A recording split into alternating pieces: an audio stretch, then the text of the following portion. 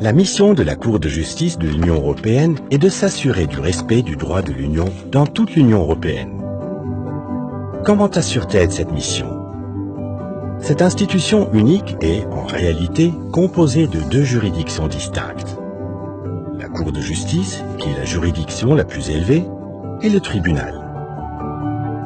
La juridiction la plus élevée, la Cour de justice, est composée d'un juge par État membre.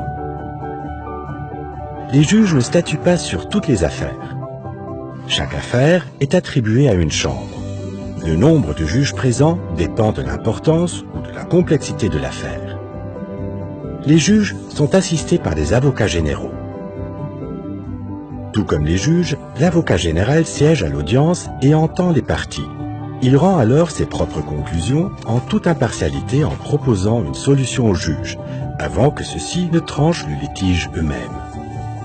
Les chambres traitent de sujets très variés. Une des missions fondamentales de la Cour de justice est de répondre aux questions posées par les juges nationaux sur l'interprétation du droit de l'Union. Cela permet aux juridictions nationales d'appliquer le droit de l'Union de la même manière. Une autre de ses principales missions est de résoudre les litiges qui opposent différentes institutions de l'Union européenne. La Commission européenne peut également engager une procédure contre un État membre lorsqu'elle estime que celui-ci a violé le droit de l'Union. Le tribunal est composé de davantage de juges. Il siège également en chambres de tailles différentes en fonction de l'importance et de la complexité de l'affaire. Le tribunal statue sur les affaires introduites par des particuliers ou des sociétés qui souhaitent faire annuler une décision adoptée à leur encontre par une institution de l'Union européenne. Il traite également de procédures engagées par les États membres contre des décisions adoptées par la Commission. Ainsi, le tribunal traite d'affaires qui portent sur des sujets très variés.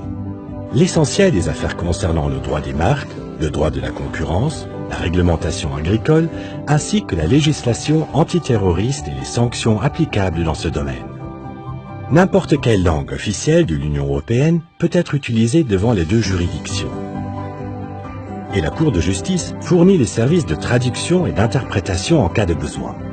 Les arrêts sont publiés dans toutes les langues de l'Union européenne afin que tous les citoyens puissent en prendre connaissance et voir comment le droit de l'Union les protège.